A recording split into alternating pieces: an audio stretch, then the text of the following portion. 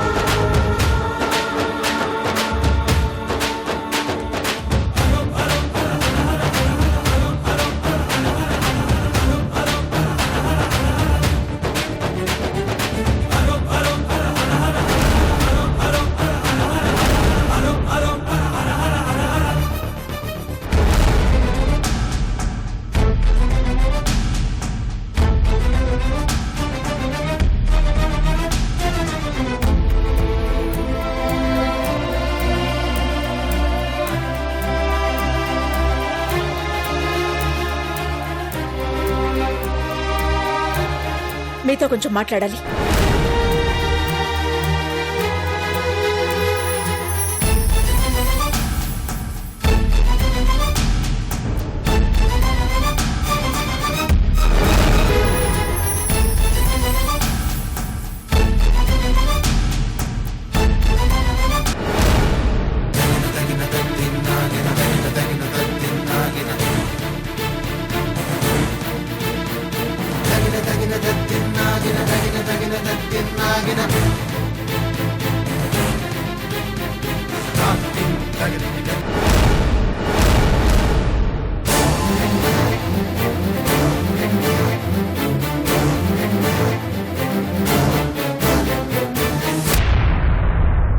ఏంటి సౌదా ఇది?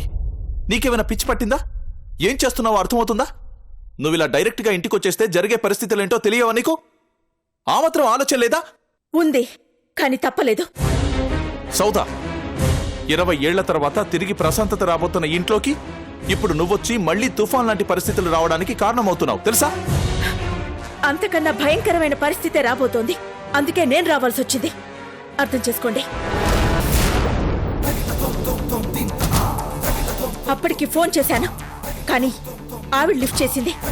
ప్రాబ్లం ఏమిటో చెప్పనివ్వకుండా ఇష్టం వచ్చినట్టు మాట్లాడింది. మీకు ఈ విషయాన్ని ఎలా చెప్పాలో అర్థం కాని పరిస్థితి. ఏ టైంలో ఏం జరుగుతుందోనని భయం. అందుకే ఏం చేయాలో అర్థం కాక ఇలా వచ్చేశాను. అరే, ఎప్పుడు రాని మనిషి ఈ రోజు ఇలా సడన్ గా వచ్చిందంటే ఎలాంటి పరిస్థితి వచ్చుంటుందోనని ఆలోచించరేమిటి? ఏమైంది సౌదా? అంత సీరియస్ ప్రాబ్లం ఏమొచ్చింది? చైత్ర మీ మీద కోర్టులో కేసు వేయబోతోంది.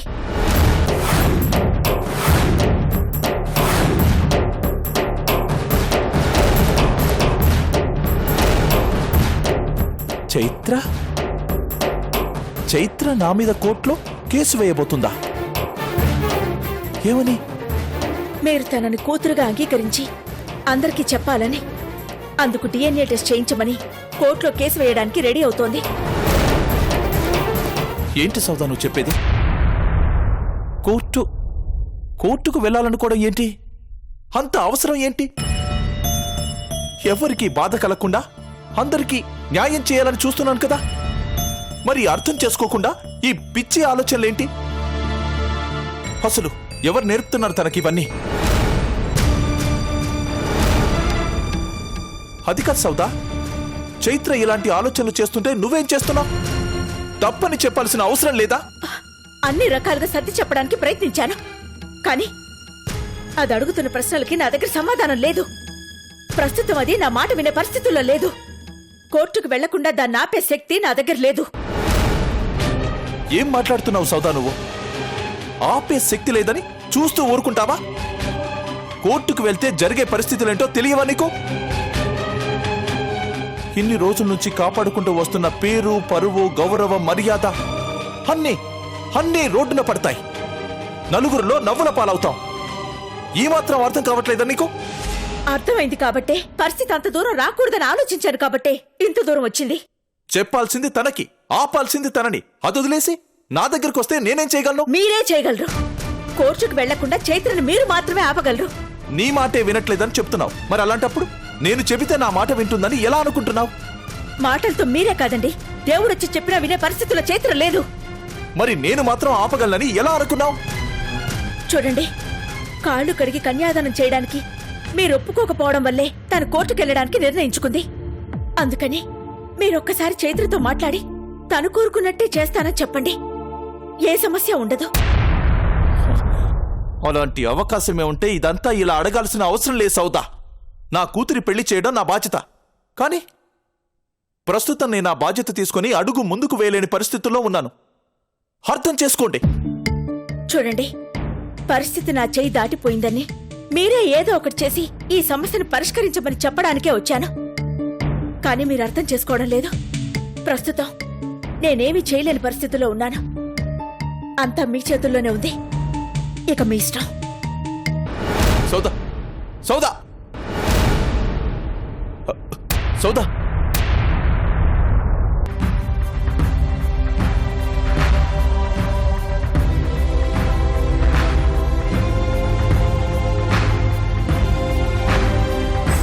సౌదా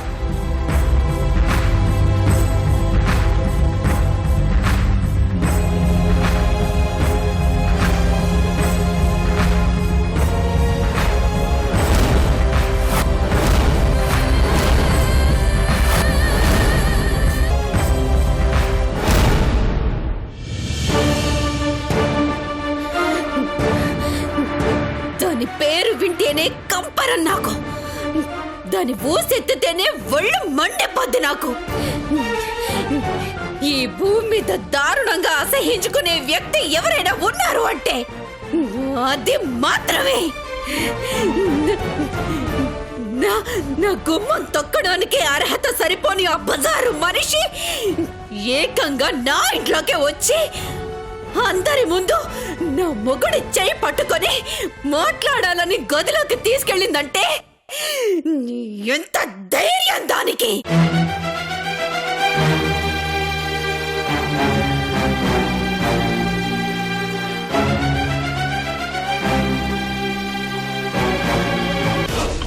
అన్నయ్య పెట్టిన మంట బాగానే అంటుకుంది.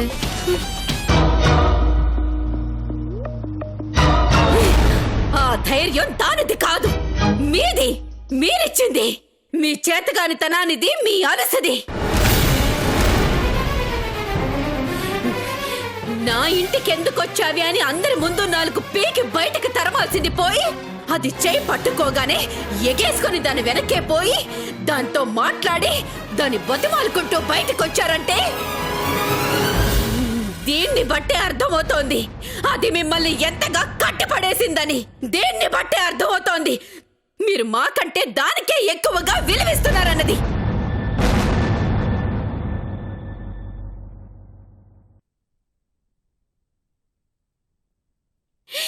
అవంతి, అది కాదు. మాట్లాడద్దు. అది ఎందుకొచ్చింది, మీతో ఏం మాట్లాడింది అన్నది మాత్రమే నాకు కావాలి. నిజం చెప్పాలి, నిజం మాత్రమే చెప్పాలి.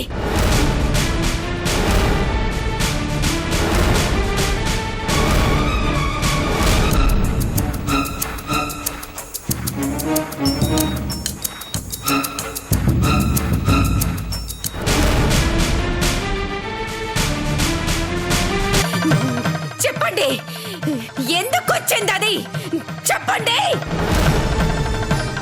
అవంతి, అది నాకు కావలసింది సంజాయిషీలు కాదు, అది ఏం మాట్లాడిందన్న విషయం చెప్పండి. ఏం మాట్లాడింది అది చెప్పండి. క్షమించవంతి, ఆ విషయం మాత్రం నేను చెప్పలేను. ఏంటి చెప్పలేరా? చెప్పుకోలేనంత రహస్యం ఏం జరిగిందండి మీ మధ్య? ఆ? కొంపదీసి సరసాలాడుకున్నారా ఏంటి? చెప్పండి.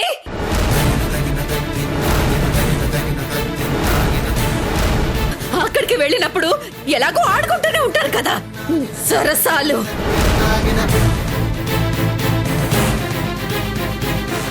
ఓహో, ఈ మధ్య మీరు వెళ్ళట్లేదని ఉండబట్టలేక ఆవిడే వచ్చిందా ఏంటి?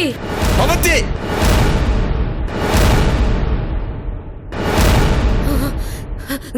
కోపం వచ్చిందే తప్ప నిజం బయటికి రావట్లేదు. అడుగుతుంటే ఎందుకు చెప్పట్లేదు? అసలు దాచాల్సినంత అవసరం ఏముంది? అది ఏం చెప్పింది? మీరిద్దరూ కలిసి ఏం మాట్లాడుకున్నారు? నాకిప్పటికిప్పుడే తెలియాలి, లేకపోతే నేను చచ్చినంత ఒట్టే.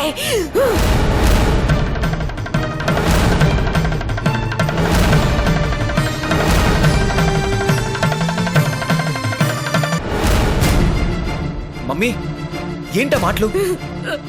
నువ్వు ఉండు, నేను మాట్లాడతాను. డాడీ, ఏం డాడీ మీరు అన్ని సర్దుకుపోయి అన్ని మర్చిపోయి మమ్మీ మీరు తిరిగి సంతోషంగా ఉండబోతున్నారని మేమంతా సంబరపడిపోతూ ఉంటే మధ్యలో ఏంటి డాడీ ఇదంతా? అయినా ఆవిడ ఎందుకు వచ్చిందని మమ్మీ అడుగుతుంటే చెప్పచ్చు కదా. దాచాల్సినంత అవసరం ఏంటి? చెప్పండి డాడీ, ఎందుకు వచ్చింది ఆవిడ?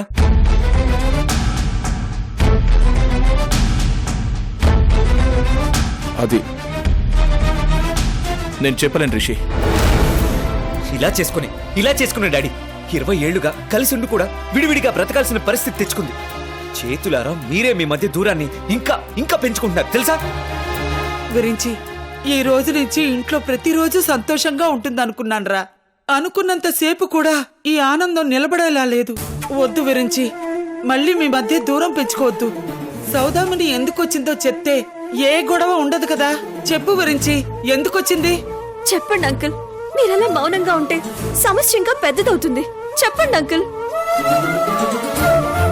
నేను చెప్పలేను, చెప్పుకోలేను. దయచేసి నన్ను ఫోర్స్ చేయకండి ప్లీజ్.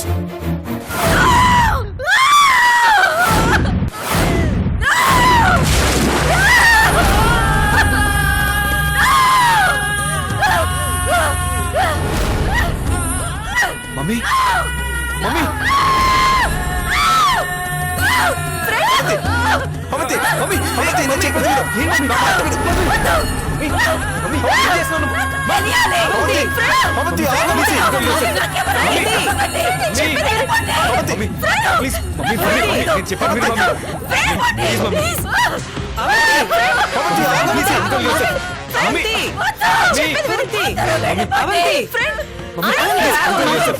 మమ్మీ.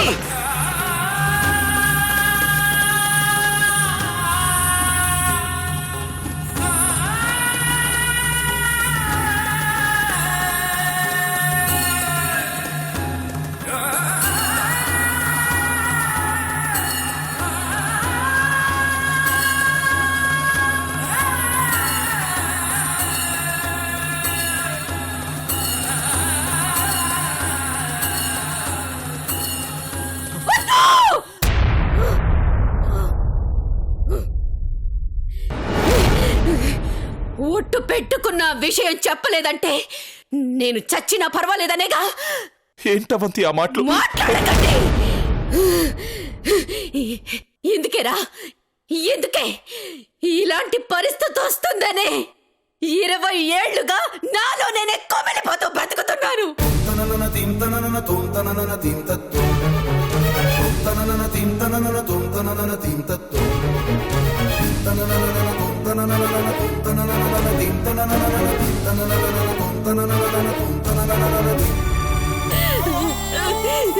పాయసం ఇస్తే వద్దని చెప్పింది, చీర ఇస్తే అక్కర్లేదని చెప్పింది. ఇలాంటివి తట్టుకోలేకనేరా అన్ని మర్చిపోవాలని, తిరిగి కలిసిమెలిసి ఉండాలని మనసులో ఉన్నా సరే చంపుకొని బ్రతుకుతుంది ఎందుకోసమేరా?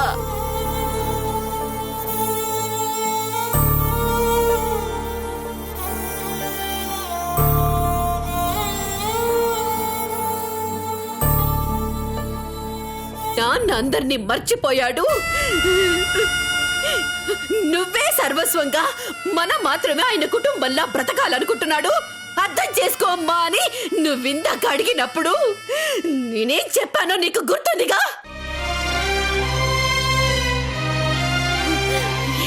20 ఏళ్లుగా నేను కోరుకుంటుంది కూడా అదేరా. ఆయన నిజంగా అలా ఆలోచిస్తే ఈ క్షణమే ఒక భార్యగా ఆయనకి అన్ని సేవలు చేయటానికి నేను సిద్ధంగా ఉన్నాను. కానీ తిరిగి మళ్ళీ వాడు నా జీవితంలోకి వస్తే తట్టుకోలేనురా, తట్టుకొని బ్రతకలేనురా అని చెప్పాను. అదే జరిగింది ఇప్పుడు.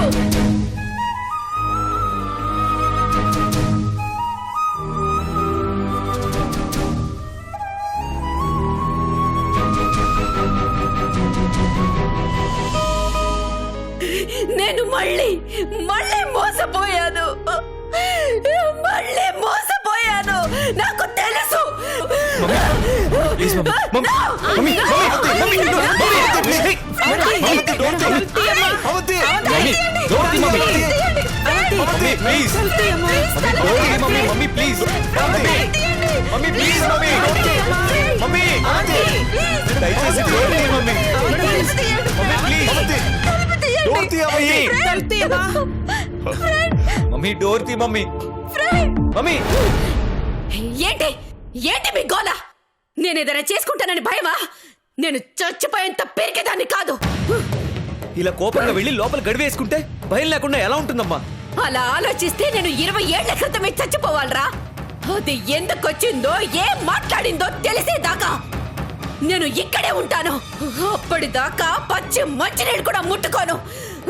అమ్మా Avanti, mummy, mummy, Avanti, mummy, mummy.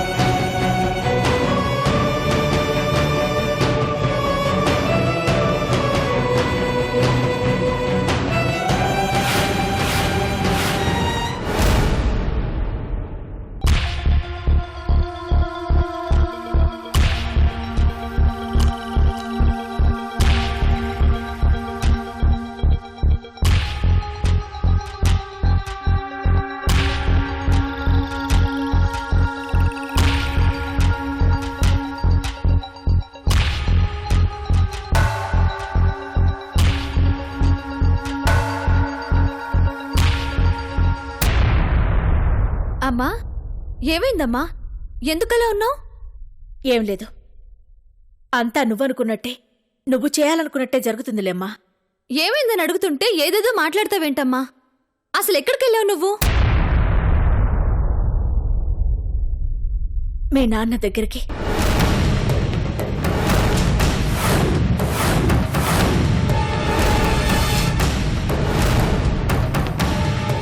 ఆయన దగ్గరికి వెళ్ళావా?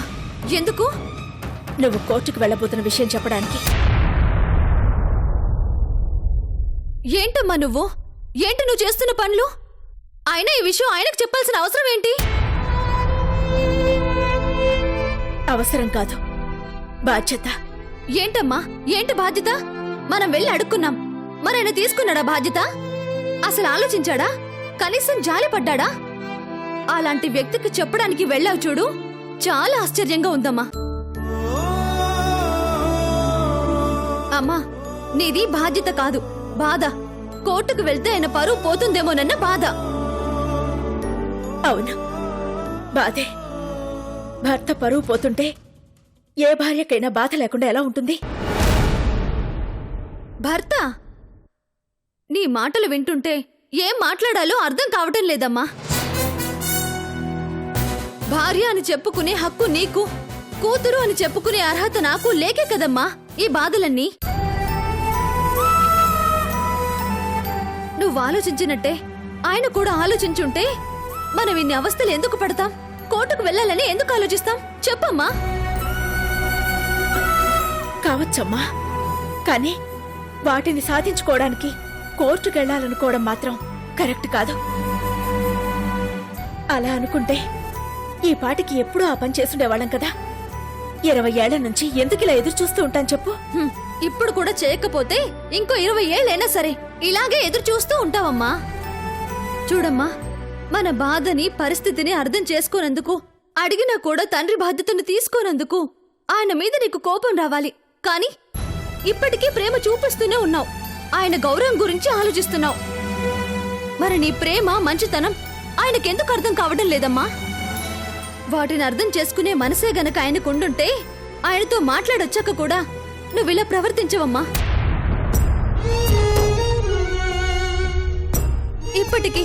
ఇప్పటికి కూడా ఆయన మన గురించి ఆలోచించట్లేదు. మరలాంటి వ్యక్తి గురించి నువ్వెందుకు బాధపడుతున్నావో నాకైతే అర్థం కావట్లేదు. అమ్మా, నువ్వు బాధపడుతుంటే నేను తట్టుకోలేను. కానీ నువ్వు బాధపడుతున్నావని ఈ విషయంలో మాత్రం నా ఆలోచనని, నా నిర్ణయాన్ని మార్చుకోలేను. వెనక్కి తగ్గను.